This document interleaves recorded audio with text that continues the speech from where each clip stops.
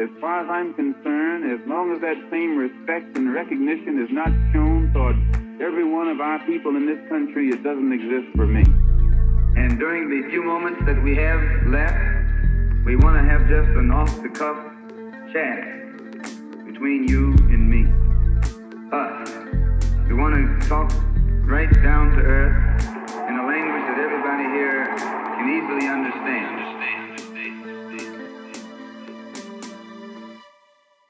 Welcome back to another episode of The Malcolm Effect.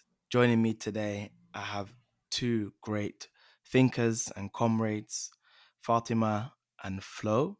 As many of us have seen the scenes that have come, the distressing scenes that have emerged in this time from Senegal, and all too often, because Senegal is a French speaking country, many of us in the English speaking world either don't have access or adequate access to what's happening. So I thought it was necessary to have this conversation today with these two great minds. Both of you, welcome. Well, Flo, welcome back to the Malcolm Effect. And Fatima, I hope it's not the last time you'll be on the Malcolm Effect. How are you both? All Fat- right. yeah, Fatima, how are you? To be here. Happy to be here. I'm sure it won't be the last. The first, but not the last time. It's a truly an honor and privilege to have you both on this topic. So I'm gonna start with speaking to, well, direct the first question to Fatima, and then Flo, I'll ask you the same question. Fatima, what is happening in Senegal? Wow, that is a big question to ask me, Mamadou. I think to be able to answer this question adequately, I think I'm going to give you an overview of what life is like in Senegal at the moment for the average Senegalese person, because the situation that Senegalese people find them in today, this is the reason why people are just so sick and tired of Macky Sall at the moment, and why this decision to postpone the elections has caused so much problems. So currently, Senegal, over half of Senegalese people are living under the poverty line. You've got places like Mbake in that's close to Touba, where there's people who do not have enough food to feed themselves every day. This is kind of a recurring issue. The education system is currently very bad, like the public education system.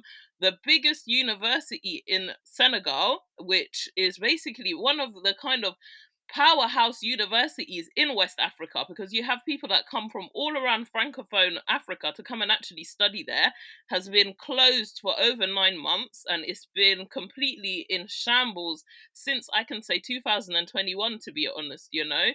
The medical system is on its knees. People are unable to get medical care that they need. They're unable to pay for the medical care. The hospitals themselves do not even have the proper kind of technical materials that they need to actually give care.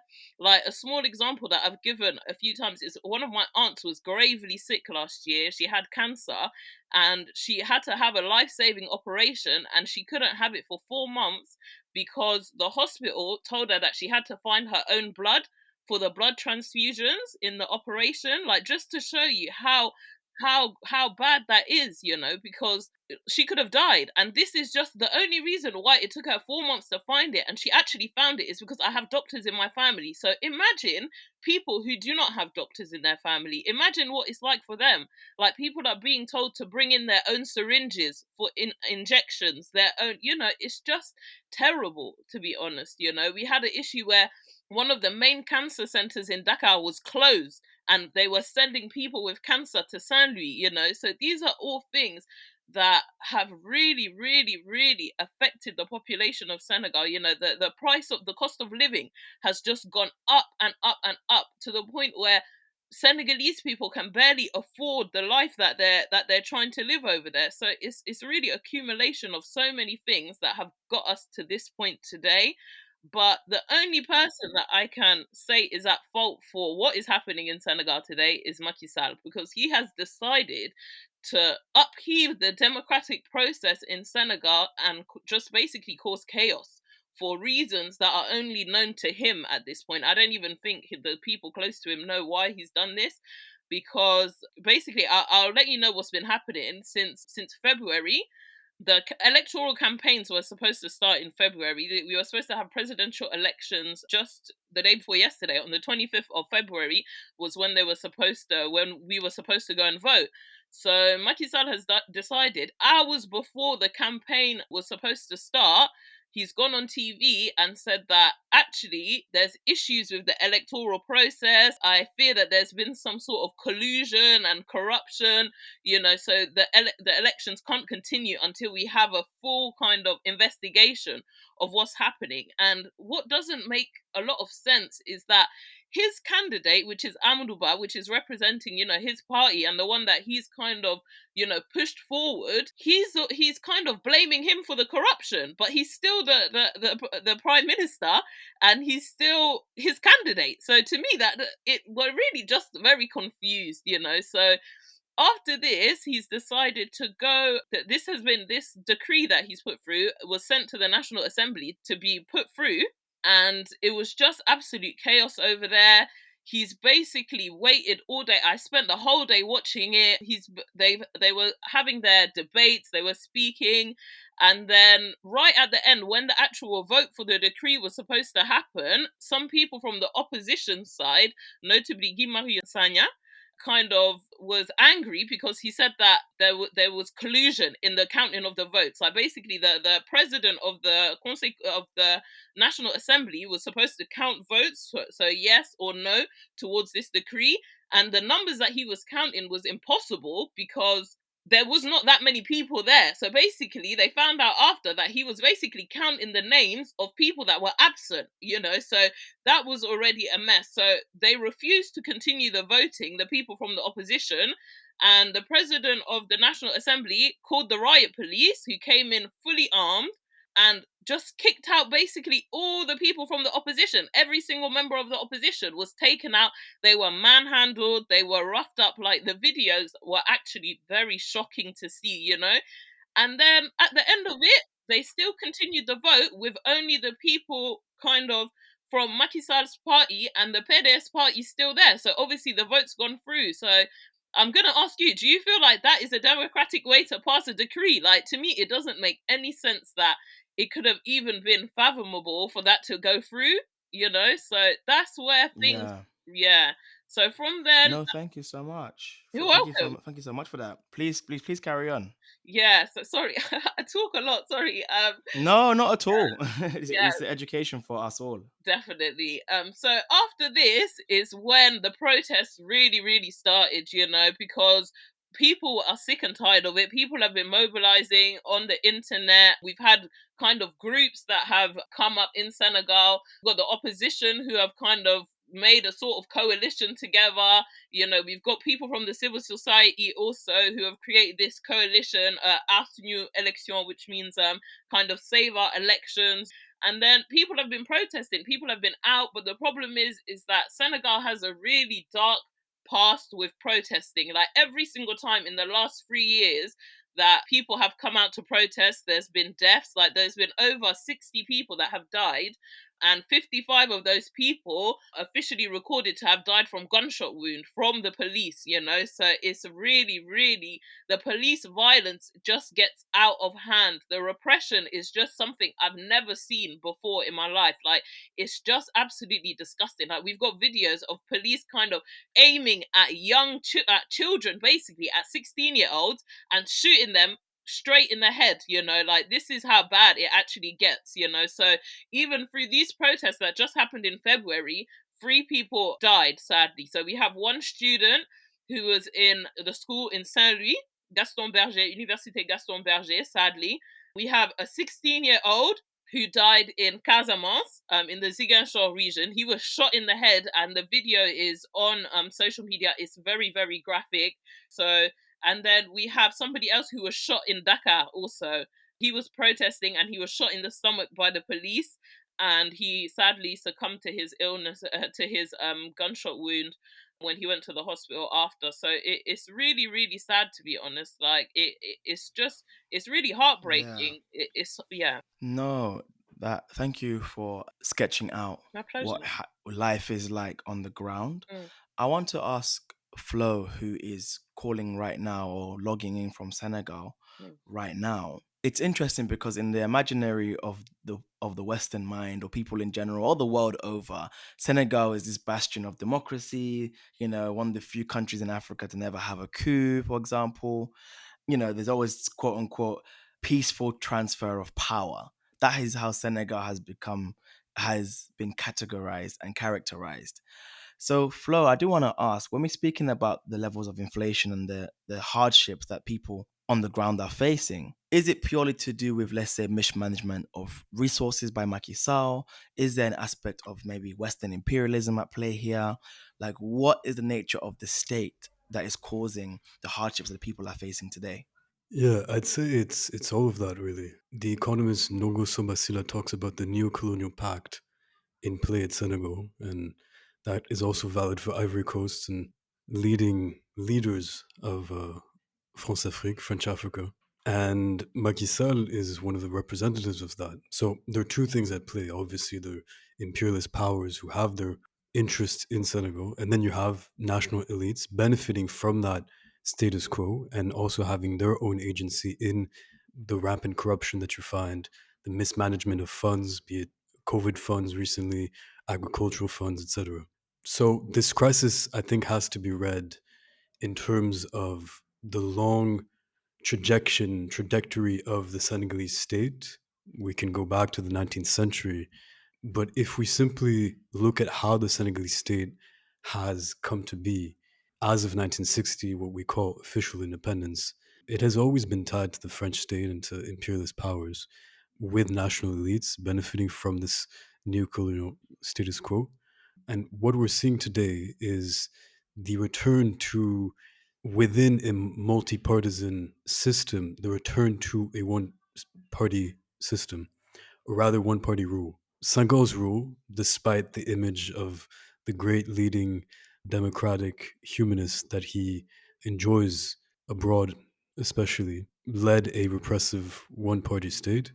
And the reason why Senegal is heralded as a supposed democratic exception is, as you mentioned, because of the fact that there hasn't been a military coup d'etat and that there have been two quote unquote peaceful political changeovers in between parties. The fact of the matter is, there has been no military coup. There have been several civilian, if not coup, at least repressive measures to stay in power. We can think of 1962 with Senghor's suppression of his then Prime Minister Mamadou Dia. We can think of presidential elections under the multi-partisan system that have been affected by massive fraud to keep the party in power in place under Abdou Diouf in the late 80s and early 90s. And the political changeovers in between parties is also a big illusion, because the leading opposition party in the 80s and 90s is itself a split, or rather is extracted from Senghor and then Diouf's leading power. Macky Sall, who was elected in 2012 on the basis of a massive popular rejection of Abdoulaye Wade, he himself comes from Abdoulaye Wade's power and party. So there is a co-optation of national elites that has been at play for the past 60 plus years.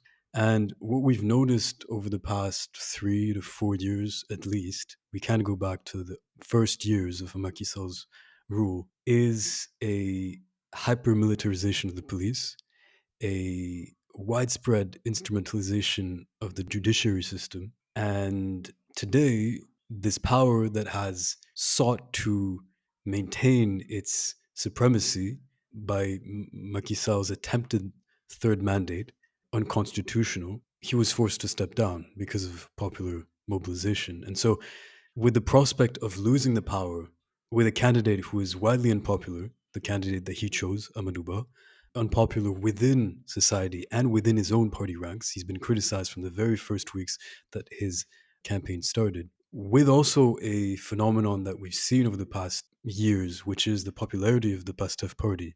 Its leader, Ousmane Sonko, was barred from participating in the presidential race, but his number two is still thought to be as one of the leading candidates in the race. Bearing in mind as well that there is the start of the production of oil and gas coming supposedly this year, at least, or next year in 2024, 2025, all of these factors come to play with essentially the fear of not only losing power for himself, Macky Sall, for his party, for his governing coalition, but also potentially being prosecuted for all of the killings that his administration is responsible for since at least 2021. And so we've seen over the past few days, and it's going to accelerate as of this week, as of February 28th, 29th, 30th, with a law that is going to be passed and that most likely is going to be voted at the National Assembly, calling for an amnesty,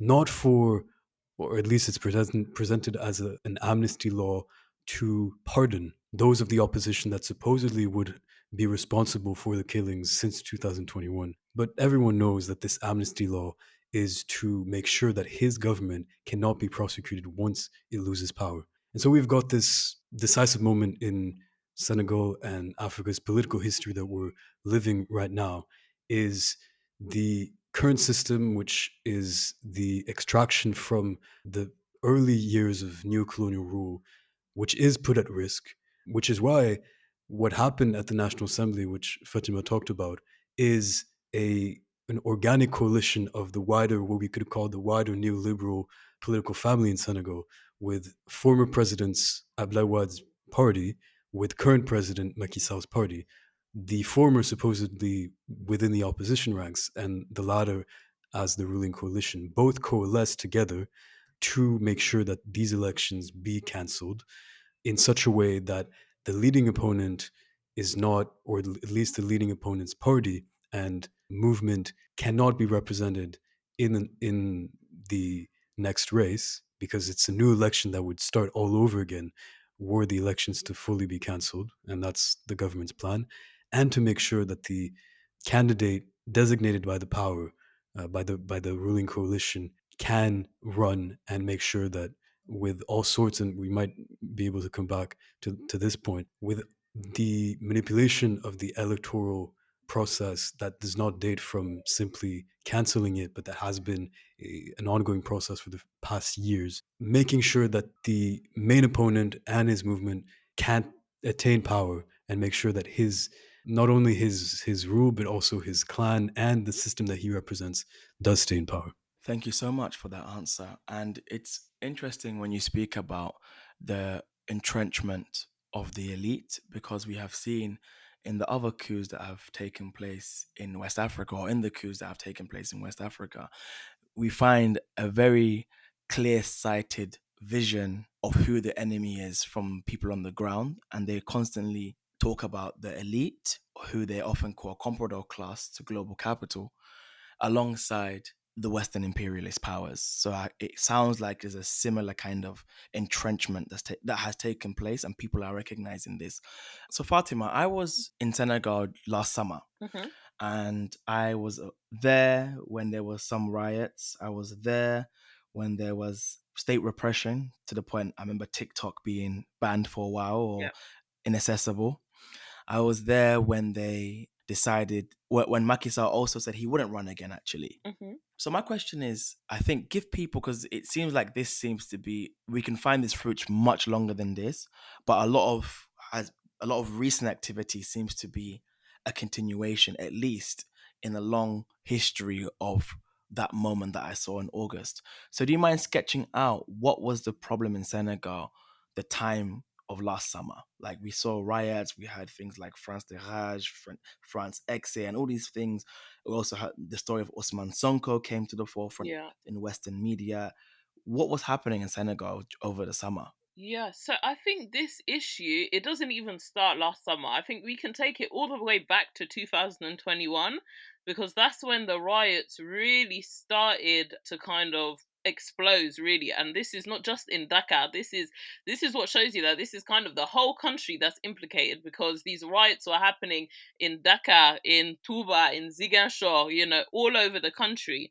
So to start there, basically, Ousmane Sonko, like Florian said earlier, Ousmane Sonko is, or was, the main opposition leader with his party Pastef, and he, to be honest, is who everybody thought was going to be the next president. He had a lot of people behind him, because him also, he is kind of the Pan-Africanist candidate.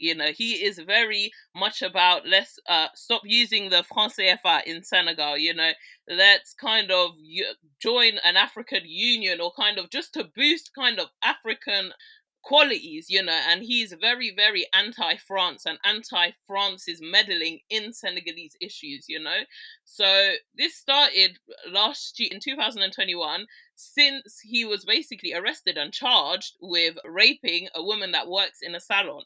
And ever since he was arrested, basically, it's been very controversial whether he did actually rape her or not. A lot of people say that he did not, and this is all a plan by Macky Sall and his coalition to kind of put dirt on Usman Sonko to make him ineligible for these elections, which it has done, because right now he's in jail, and with the sentence that he received, he is unable to kind of run for these elections. So that's where it really started. And even this France Dégage, a lot of it does come from Usman Sonko's speeches, because he pushes forward the idea that France has too much leverage in Senegal, and they have too much actions in our political history, which if you go back into our history, it's very true. Even this instrumentalization of the police, like, there's been reports coming out that the weapons that the police are using are basically weapons that have been banned from use in France because they've already caused death and maimed protesters in France.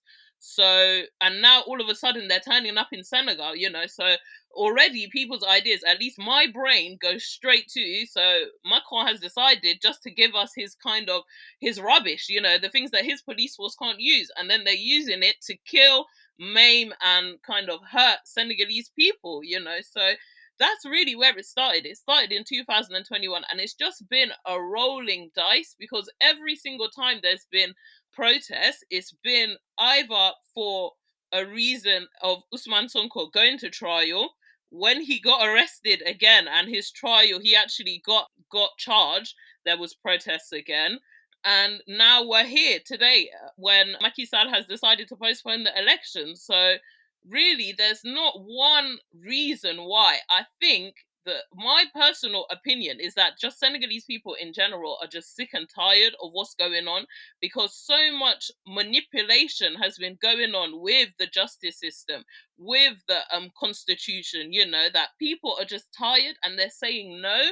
And just the idea of Macky Sall continuing his reign over Senegal, because yes, like you said, he has announced, and he's done that multiple times. Even he had a dialogue with an absolute farce of a dialogue with people from his coalition, random singers in Senegal, where he spent the whole time kind of boosting his ego and basically doing minor threats, telling people, yeah, at the end of the day, it's me who chooses the date of the elections, and whatever happens, you guys are going to kind of go with it, whether you like it or not, So I feel like it's just a culmination of all these things that have kind of got us to this point today. Because even if he says that he's going, that what he's doing right now is just to elongate his term. Okay, so maybe he's not having a third term, but if these elections are not happening now, before the 2nd of April, when is he actually going to leave? We have no guarantee that he's going to leave whenever we decide to have them, in December or whenever the date that his coalition are kind of proposing. Yeah. Thank you so You're much. welcome. And once again, it's interesting because I read somewhere that he said he won't ever threaten the stability of the country. So it's interesting because it's like this discursive move that, okay, I won't leave or I won't do anything that threatens the stability of the country, but how about I engineer some chaos and then say, look, the country's stability is threatened, I must stay, which I can very, very much see that as an attempt. Yeah. Flo, a question I had then, given what Fatima said about the weapons of the West of Macron's unusable weapons are being used in Senegal, what has been the response of the French media or the French politicians to what's happening in Senegal? So, in terms of political response, it's been very quiet. Mm. There's been one opposition party in France called La France Insoumise that has been following the situation for the past 3 years, and that did a few raised a few of these grievances at the National Assembly. But the reaction has been very timid, to say the least, if not very complicit.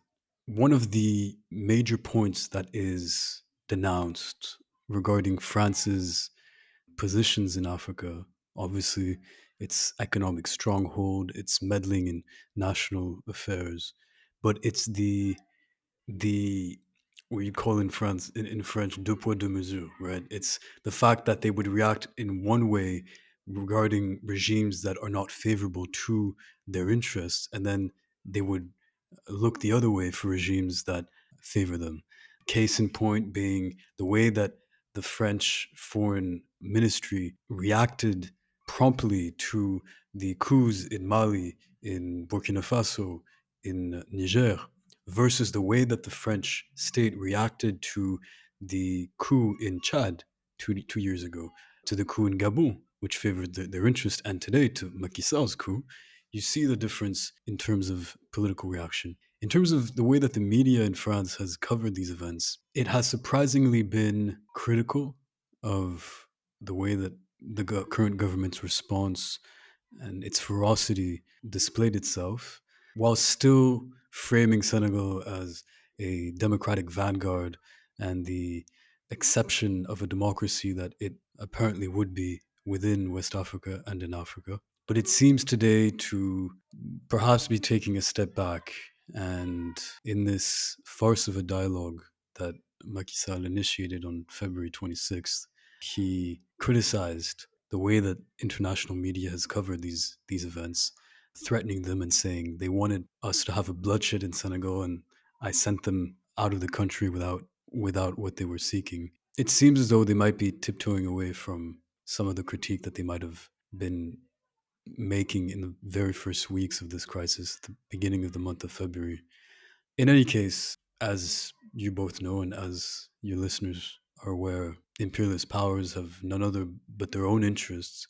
However, it's interesting to see how the response, notably of the United States and its State Department, has called for the respect of the Constitution, has called for elections to be held as soon as possible, because Senegal crumbling into a crisis which none of us wants, and we all hope it doesn't.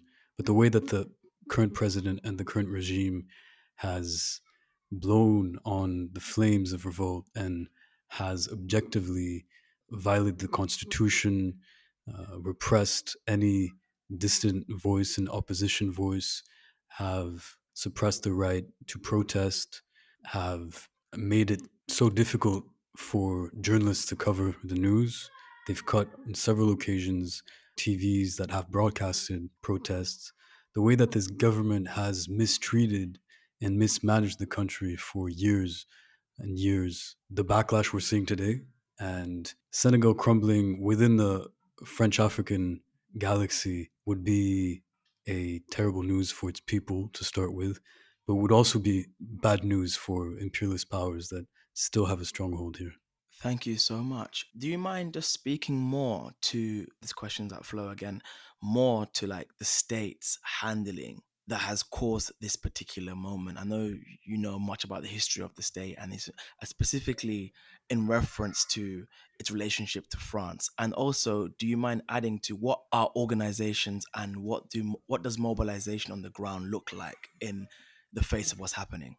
So the situation, as Fatima did explain so well, is the result of years of collapsing human rights, years of wanting to stay in power. And we've seen this objective alliance form between the party led by the son of former President Abdoulaye Wade and the governing party in a desire to keep power for what I was mentioning earlier, the status quo of the neo-colonial pact. So this obviously from the start and from the very start of Macky Sall's first term, there were some hints at his power and his regime radicalizing in repression.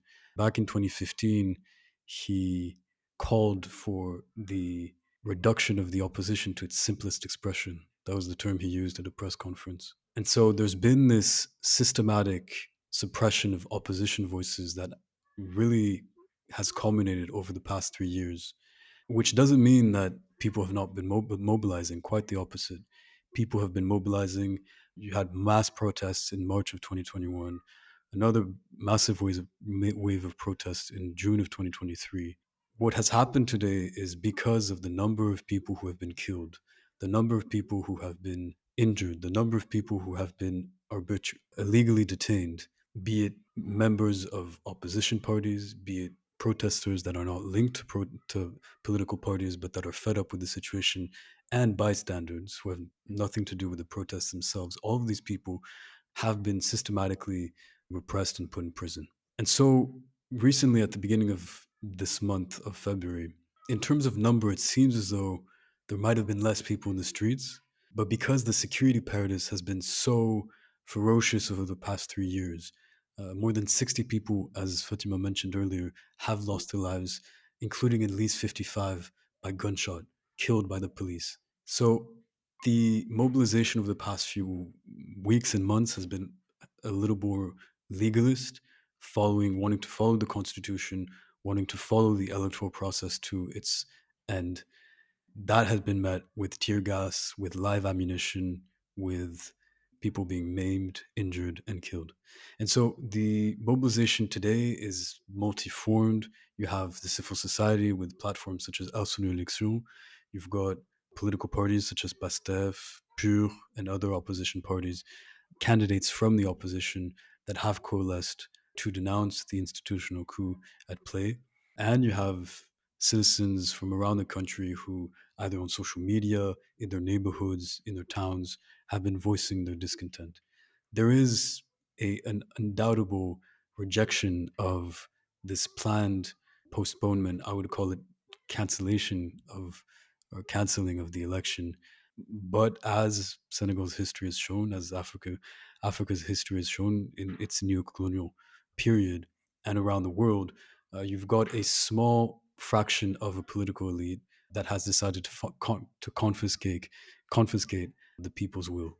And so that's kind of the framework we're in. There's a massive opposition to the situation at play, but it seems as though the way that Macky Sall's regime has consistently radicalized in its will to maintain its position in power, a lot today is based off of his will, the monarch's benevolence.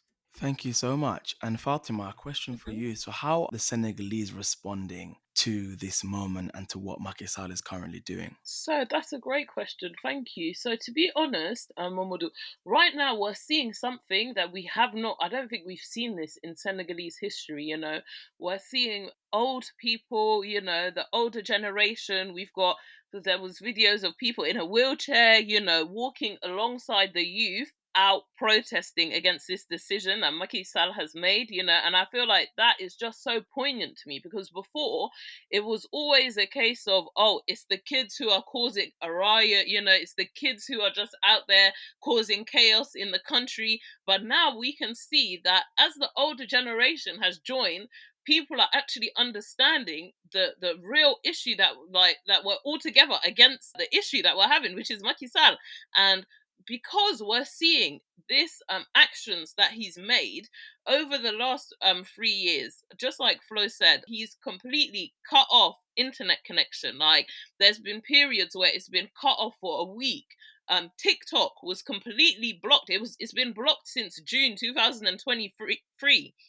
So he completely closed Wolf TV. He took them offline. He cut their license to broadcast for the week of the protest, and then basically made the CEO of Wolf TV kind of come and grovel for his license to broadcast to get it back, and then he kind of released this press statement saying, yeah, because I'm such an amazing, forgiving, kind man, I've decided to give him back their right to broadcast, because apparently he wasn't even aware that the right to broadcast that had been taken, which is all, again, just ploys and games and manipulation.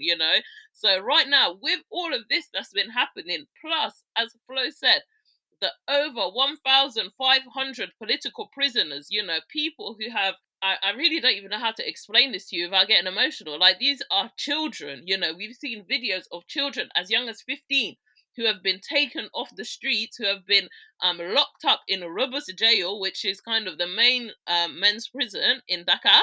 And it's a prison where literally the human rights violations, we could be here till tomorrow talking about them. Like, there's been sexual assaults, torture by the prison guards and other police officers. The cells that are supposed to hold, I think, 20 people, they're holding 200 plus. There's a boy who came out to say that he's been there since June 2023, and basically he couldn't lay down for 4 months. Like, they were literally, he had to, like, I don't know, get on his knees, because there were so many of them in the room. So all of this, this is what is making people kind of react the way they are today, and why everybody is just so angry. And even though the police have been repressing protests very violently, people have found other ways to do it. Like, people on social media, for example, everybody is doing their best to kind of relay the information, to make sure that any of the police brutality that's happening is being filmed and recorded, dated, kept. I know that Florian is part of an initiative that is kind of recording all of the police brutality that's happening and the deaths, etc., which is really important. So people are standing up in any way that they can. There was the first kind of authorized protest that we've had in a very, very long time. Like, I can't even remember the last time a protest was authorized, which people attended, which was really good. But the problem is, just the next day, the police were back to their kind of repressive tactics, throwing bombs of tear gas bombs at people, and just beating people up in the street. So it's really hard. Like, I say this to my friends who are kind of in the West, like, when Senegalese people protest, it's not as if, like, it's not like here. Like, here I could go and protest and know full well that I'll be coming back home to my mother, that I'll be fine. I won't be coming home without an eye or with a broken leg. But in Senegal, it's literally the highest act of kind of patriotism, because these people do not know if they're coming home. There's been, like I said, over 60 people who have died from the simple act of protesting, and thousands who have been in jail, one for protesting or just for even being near a protest. People selling stuff, people going to work, people who have been found in their shops, taken, basically kidnapped by the police. It's been really, really crazy. And we had a moment where there was these kind of, they're called nervis, basically. So these are basically thugs. And now we're kind of realizing that these were kind of undercover police. But in 2021, we had believed that they were, because there was names of like Senegalese wrestlers that were coming out, that these were people who the government have hired. They've paid them like 10,000 francs CFA, and they're literally going out in the street beating people up. They've got guns, all of a sudden. And Senegal, like, having a gun has been illegal in Senegal for quite a while. Like, the personal port d'armes. So you're not supposed to even be having a gun. And it was just flooding the streets. Like, you could see people getting shot, people getting kidnapped, beaten up, and then taken to the police station, So it's been very hard, but people are doing what they can to mobilize. And I feel like that's what Macky Sall is seeing. And I think that's one of the reasons why the internet is always one of the first things that is cut off, because he sees how people are able to mobilize using the internet, how people are using the internet to involve the international parties, because people on Senegalese, on Twitter, on Facebook, on Instagram, on TikTok, when it wasn't blocked, people are translating speeches, translating everything that happens, sharing, tagging embassies, tagging governmental organizations, speaking to people from like Human Rights Watch, etc. So I feel like people are doing what they can. Like, right now, we're seeing a real big mobilization, and I feel like this is not going to stop until Macky Sall is gone, really, and even if his Amadou Ba comes, and which I really doubt, but if that does happen, I feel like this is just going to continue. People are kind of awake now, and they're ready to kind of fight for their country and fight for a better Senegal, because right now, it's just the state of Senegal. It's never been like this. Like, we're having the highest level of illegal immigration. Like, you're in America right now. I'm sure you've heard of the hordes. I went to New York last year in September, and when I went to, like, I was near Harlem and stuff, I was shocked, like, at the amount of Senegalese men that were there. Like, I know that it's kind of normalized now, but it was really shocking to me. And so many of them, you speak to them, they don't speak a word of English. I spoke to a few who had come through the Nicaragua route, and when they tell you the stories of what they've been through to get to America, it's just shocking. Like, and before it used to just be like some of the youth that would take the boats, and go. But now you've got elders, also who are selling every single thing that they've got and leaving to go to through the Nicaragua route, or still using the boats. And in the last like 6 months, in the last maybe year, nearly every 2 weeks you're hearing of boats capsizing, 600, 300, 100 deaths. At one point there was videos of people just kind of washing up on the beaches in Senegal because of the boats that have capsized. Like, we've never had this amount, and that just, to me, that's a real testament of how fed up and how actually hopeless people are, because people are willing to leave their families, take these dangerous routes to go just for the idea of having a better life. So how can a government render their people so hopeless? Yeah, yeah. Hope that answered your question. Thank you. No, it absolutely did. And you really touched on what has been truly heartbreaking scenes of seeing the struggle that people have undertook, or the kind of dangerous journey that people have undertook in trying to leave Senegal, and the boats that have left, and the people that haven't made it. Finally, before we wrap up, I'll ask you, Fatima, and then Flo, is there anything else you feel our listeners should know about Senegal and this in this particular moment? I think I'd like you to know that although Senegal, it is a peaceful country, there has been, throughout our history, there has been many times where the democratic process has been tampered with. We've had judges who have been killed before elections. The history goes quite deep. We have, political leaders who were in jail. I know that Flo could probably really, really get into that, because I know that's his area of expertise, who have been killed in kind of jail. So it's not just today, but today, really, what is happening is that the people are just so sick and tired that they're just not saying yes anymore. And I really don't think any amount of police repression will be able to kind of close the mouths of the Senegalese people at this point in time. Whether France is involved or not, it's going to have to stop sooner or later. And Senegalese people want to take their country back, because we deserve a better country. Like, our students deserve to be able to go to school.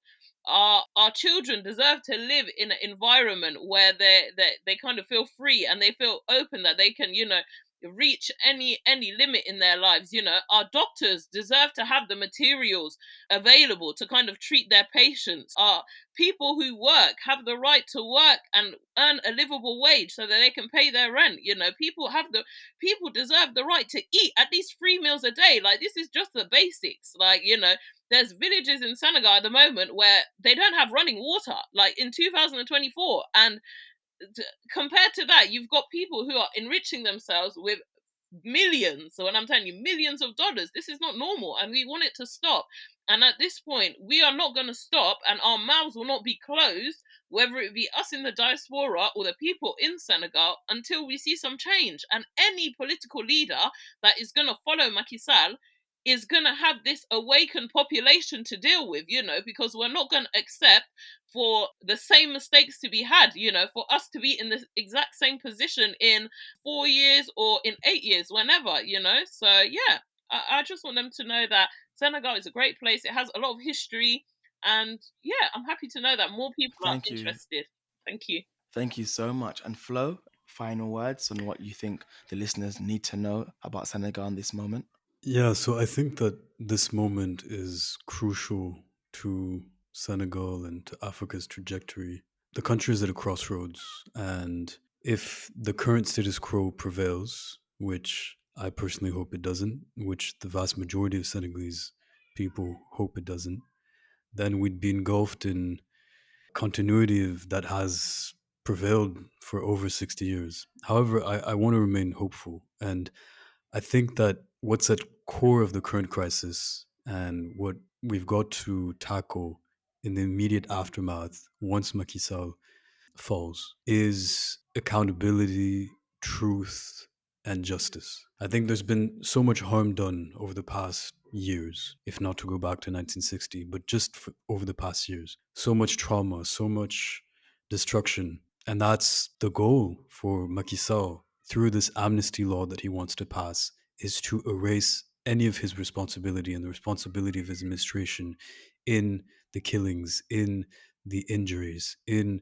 the all of the political detainees. So I think that what we've got to tackle is and break apart is the extraordinary powers the Senegalese head of state benefits.